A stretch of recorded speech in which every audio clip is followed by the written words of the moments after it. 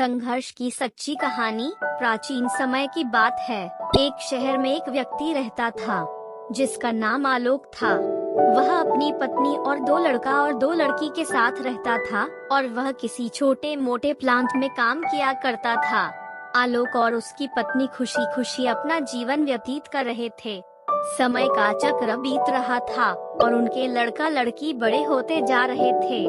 जब उसकी बड़ी बेटी कक्षा 5 में पढ़ रही थी, तभी एक दिन स्कूल की छुट्टी के समय जब वह लड़की सीढ़ियों से नीचे उतर रही थी, तभी पीछे से किसी लड़की से धक्के लगाने पर वह सीढ़ी से नीचे गिर गई, जिसके कारण उसके पैर में चोट आ गई। जब लड़की घर पर लंगड़ती हुई आई तो उसके पिता ने पूछा, क्या हुआ?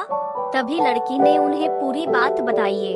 पिता ने सोचा छोटी मोटी चोट है और यह सोचकर उसने अपनी बेटी से कहा कि इसे गर्म पानी से सेंक लो, ठीक हो जाएगा।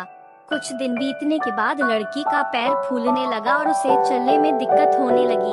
तभी उसके पिता ने कुछ लोगों की बातें सुनकर किसी एक ओझा को ले आए, जबकि उसे कुछ नहीं आता था और वह पैर ठीक नहीं कर पाया।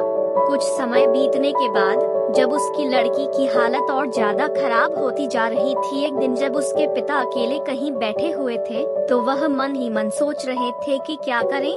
तभी सोचते सोचते उनके दिमाग में आया, क्यों ना डॉक्टर से दिखाया जाए। तभी दूसरे दिन वह अपनी लड़की को लेकर वहीं पास के अस्पताल में जाते हैं।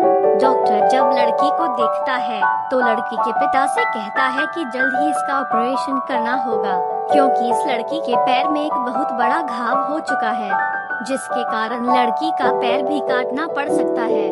पिता डॉक्टर से पूछता है कि ऑपरेशन में कितने पैसे लगेंगे? तभी डॉक्टर कहता है 40,000 रुपए लगेंगे। पिता घबरा जाता है, लेकिन पैसे की तलाश में इधर से उधर जाने लगता है।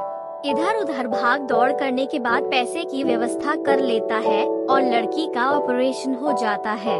ऑपरेशन के बाद लड़की अपने घर आ जाती है, परंतु लड़की के पैर में कुछ सुधार न होने के कारण पिता चिंतित रहने लगता है। इसी तरह 4 साल बीत जाता है तथा पैर में लाख लाख रुपए लगाने के बाद भी लड़की का पैर ठीक नहीं होता है, जिस कारण से पूरा परिवार दुखी रहने लगता है। कुछ समय बीतने के बाद लड़की का विवाह हो गया और लड़की के जीवन में खुशहाली आ गई। पिता सोचता है कि अब सब कुछ ठीक हो गया है, संघर्षों का दौर खत्म हो गया, परंतु किस्मत को कुछ और ही मंजूर था। एक दिन जब वह बाजार जा रहा था, तभी पीछे से किसी ट्रक के द्वारा उसका एक्सीडेंट हो गया, जिसके कारण उसके सर में गंभीर चोट आई। आलोक 1 महीने तक बिस्तर पर ही रहा। 1 महीने के बाद ठीक होने पर वह सोचा कि अब सब कुछ ठीक हो जाएगा। तभी उसकी पत्नी का स्वास्थ्य खराब होने लगा और वह बीमार पड़ गई। यहाँ वहाँ छोटे डॉक्टरों को दिखाने के बाद तबीयत और बिगड़ गई, जिसके कारण उन्हें वाराणसी के BHU अस्पताल में ले जाना पड़ा।